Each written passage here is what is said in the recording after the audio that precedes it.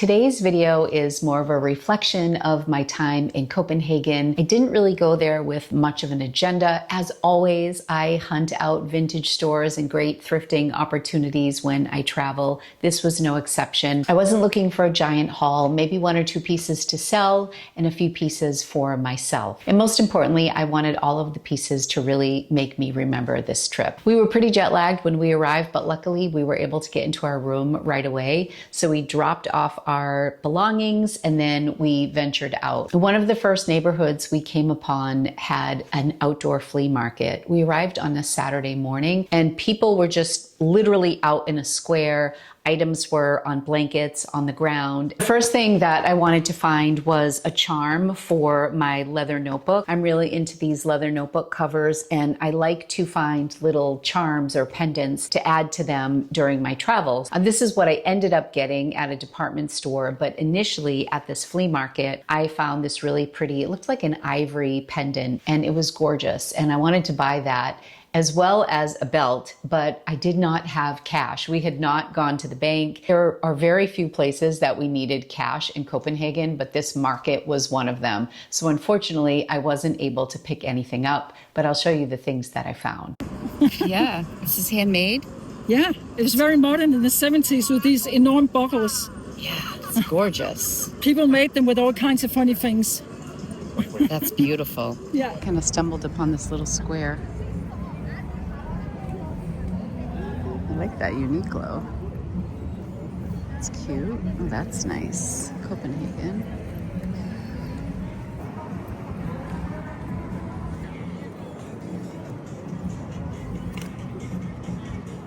How beautiful was that belt? I would have loved to have taken that home. I don't wear a lot of belts myself, but that would have just been so beautiful in my shop. The handmade detail on that buckle was just to die for. It was really fun chatting with her and she was fine with me filming. She was really kind. The next place that I thrifted, I really stumbled upon quite accidentally. Jay and I were venturing out to an art supply store called Stelling, which was across town because I was doing some filming for my other channel. We passed this sign that, advertised that there was going to be a flea market. I poked my head in and it looked like the people who were coordinating the flea market were just getting ready and they kind of just stared at us because it was early.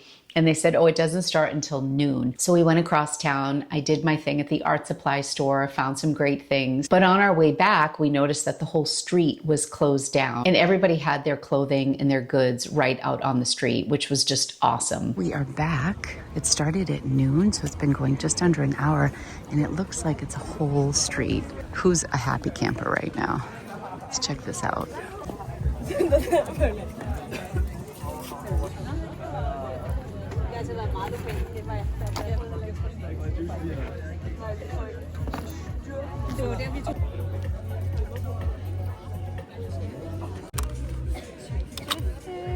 Thank you.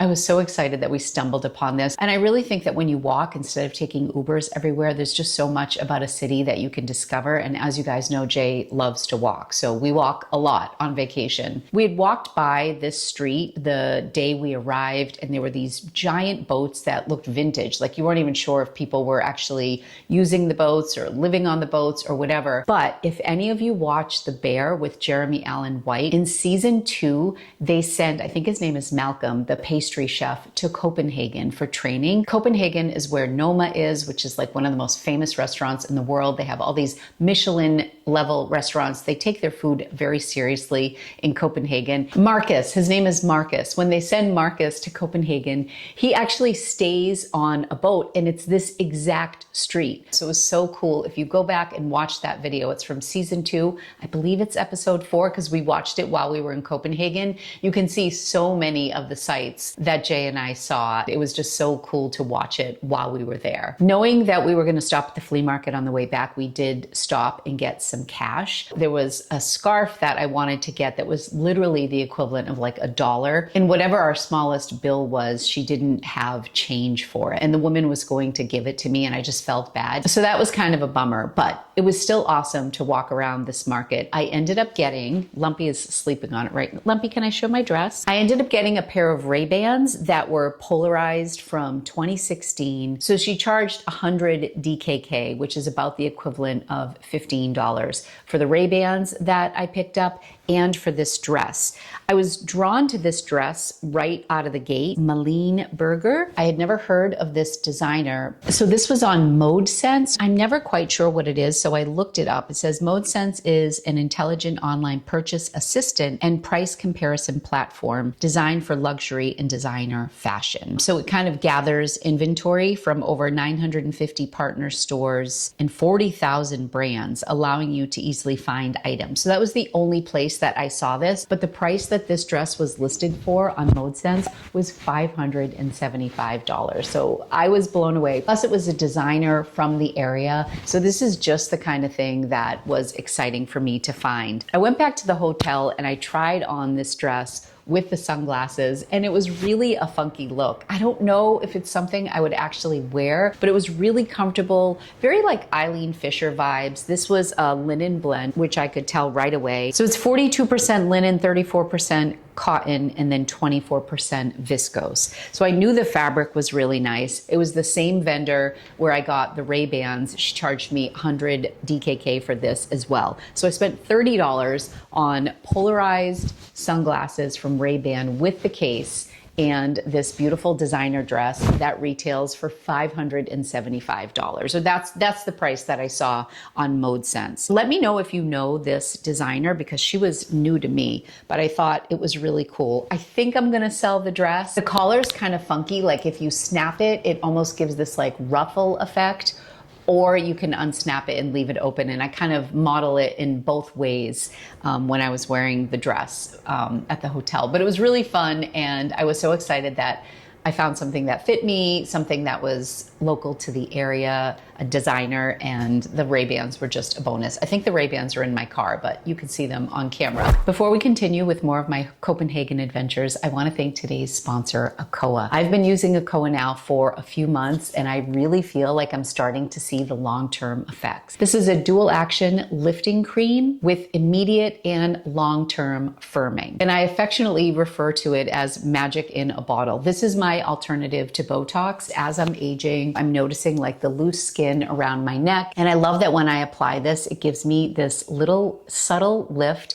that makes a really big difference. I love when a product is great on its own and you don't need to buy 5 other items from the brand to make it work. I use my own serum and then I put this on and I let it work its magic. You can literally feel the area firming and tightening as this product dries. And I let it dry for a while before I add anything on top of it. But it's amazing to me to just feel the tightening happening. The more I use it, the more I notice its effect. It is powered by Ideal Lift peptide technology, which helps improve the elasticity in your skin while also giving it an immediate firming and lifting effect. It's suitable for all skin types and it's backed by a 90-day guarantee. I also think when you look at the big picture of how expensive skincare can be, I think this is worth every penny and it's not going to break the bank. It has hyaluronic acid, it has green tea extract, aloe vera juice, jojoba seed oil. It's packed with great ingredients to give your skin lasting, beautiful effects. Grab your order for 15% off with my link. You'll find it below in the description. And thanks again to Okoa for sponsoring today's video.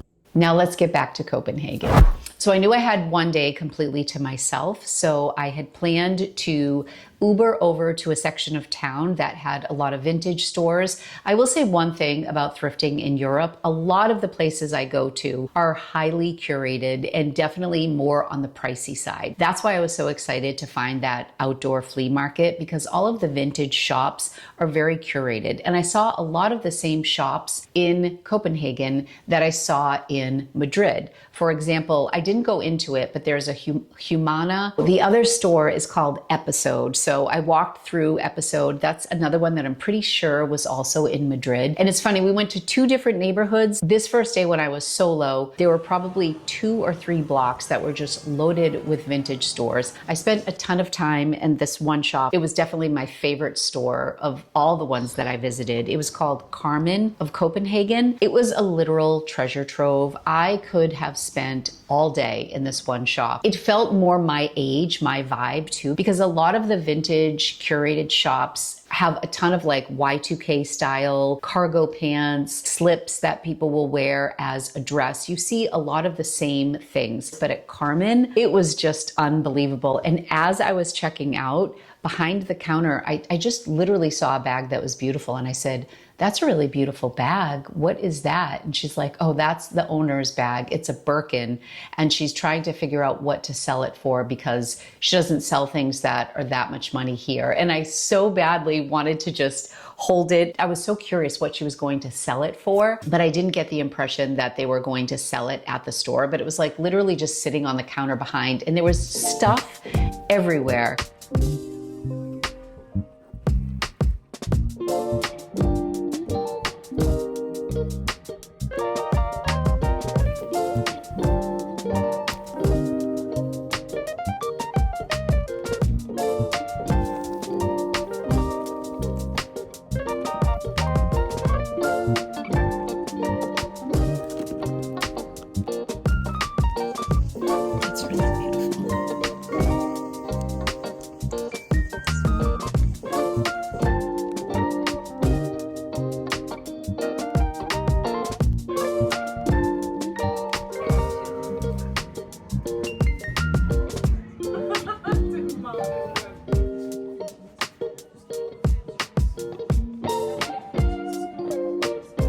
I don't know what it was about this scarf. I just thought it was gorgeous. It was not even branded.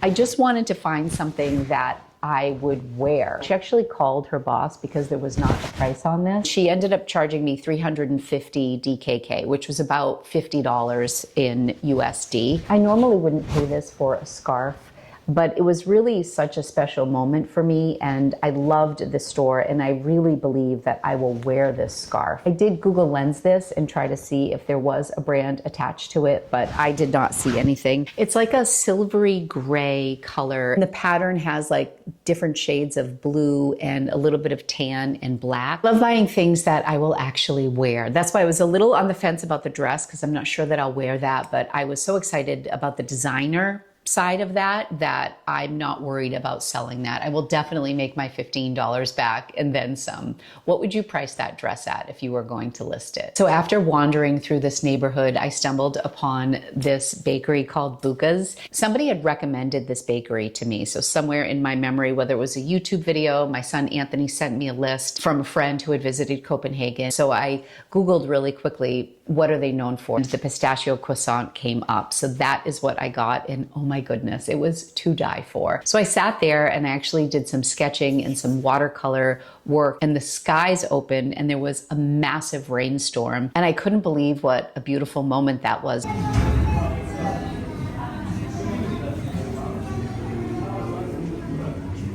Such a nice afternoon, and I just hung out there until the rain passed. I was lucky enough to get in and out of the shops before the rain started, but I was just really grateful in that moment. So kind of that memory is attached to this purchase of this scarf, and it's all I bought that day. It was all I bought, and I was really happy with that. The following day was really funny because I was back with Jay, and we were heading out on an adventure to find a fried chicken sandwich that had come highly recommended. And actually, when we watched that episode of The Bear, Marcus went to the same place to get a chicken sandwich. And I was like, oh my gosh, they even showed it on The Bear, and I had no idea. Let me know if you've ever been to Copenhagen. Have you ever gotten a chicken sandwich at Poulet? It's this crispy, crispy, crispy fried chicken sandwich with sweet pickles. You can get it spicy or not spicy. Was it worth the walk?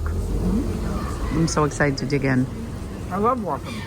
Rumor has it, kind of spicy, kind of sweet, super crispy, pickles, cheese, lettuce, so good. You have to wait outside for it. They bring it out to you. It was so good, but it was an adventure to get there. And we had no idea we were going to pass so many thrift stores. By this time in the week, we were pretty good with the train. So we took a train to the neighborhood, but then the MapQuest told us to get on a bus, but instead I said, let's just walk. It was like just over a mile. And of course, this was the day that I wore the navy blue dress from Quince because it was kind of a date day for Jay and I. It was just not the best choice. When we left on the adventure, the sun was out, but shortly after it got really dark and cloudy. I was walking down the street in my dress and of course it started to rain. So we were going in and out of cafes. We went to this like REI equivalent store and we were gonna buy ponchos, but they were super expensive and it just wasn't my style. And I had a raincoat that I had thrifted and brought with me back in the hotel. But we kept going into these little stores. Finally, it got so bad, the rain would not let up. We had stopped for coffee. We just kept killing time. We were still making our way down the street to get to the chicken shop.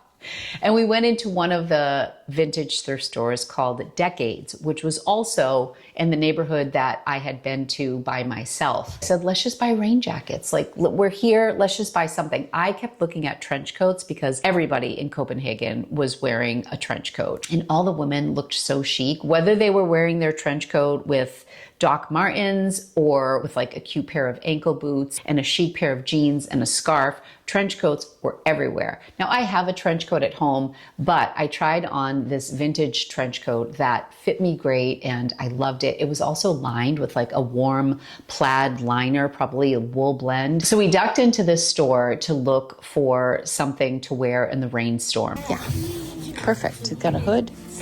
Yeah. As soon as we bought the rain gear, we stepped outside, the clouds passed and it was sunny, sunny, sunny and warm and no more rain. Luckily, I really, really liked the trench coat. Don't tell me it stopped raining. Just in time for the sunshine. Nice. Sun is shining. I waited for our coats. It did. I still feel warmer. Oh, I'm way more comfy now. Lumpy, excuse me. Lumpy is laying on my trench coat right now. Lumps, let me get this. Come here. I'm so sorry, handsome. Here it is. This is the trench coat, which is now nice and warm because Lumpy has been laying on it. It's Westbury, exclusive to C&A. There's the tag. There's the beautiful liner. It was so warm. It's got like a dry cleaning tag on it. The plaid part is 50% polyester, 40% wool. I love this, and it did have a little stain, which I need to treat more. I have currently only treated it with like a wet wipe, but there's that little stain right here. I think I'm gonna like oxy clean this and then send this off to the cleaners because it does have that vintagey smell to it. I will always remember the circumstances around getting this trench coat. Finally, we made it to get our chicken sandwiches and we found a bench that was right by the street because it was packed around the area. 100% worth the hype. We're not sure what that means, but Jay's gonna go figure it out.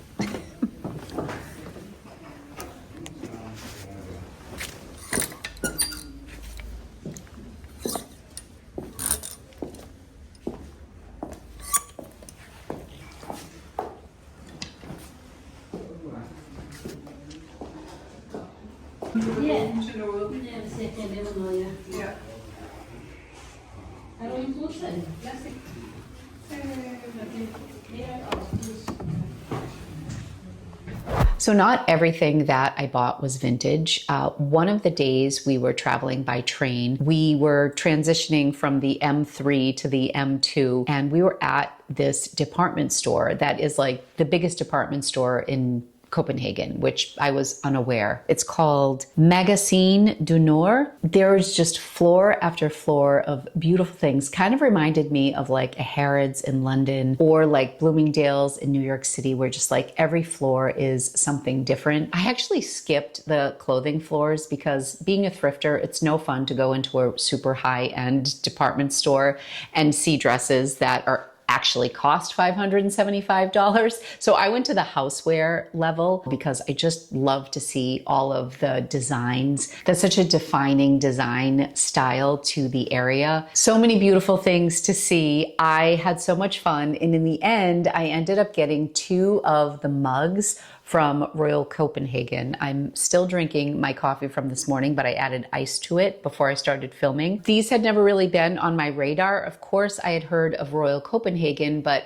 a lot of it is traditional china that is absolutely beautiful. And another fun fact is our Uber driver at the end of the trip on the way to the airport was so wonderful. He told us that his family was from Pakistan and his parents moved to Copenhagen in 1959. And his mother is an artist and she works for Royal Copenhagen. She was one of their top artists who did all the gorgeous artwork. She mostly focused on floral patterns, he said, and he was cracking us up because he's like, we have so much Royal Copenhagen in my house and I had so much when I was growing up. He said, I go to IKEA and I buy the plainest stuff that I can find because I have so much Royal Copenhagen. Don't quote me on this because I can't remember exactly what he said, but it was something to the effect like his mom had been commissioned to do something for the Prime Minister, like really interesting stuff. And she was an artist for them for 25 years. So I thought that was so cool. All that I got when I was there are 2 mugs like this. I love to bring home mugs. This is so cool because there's no handle.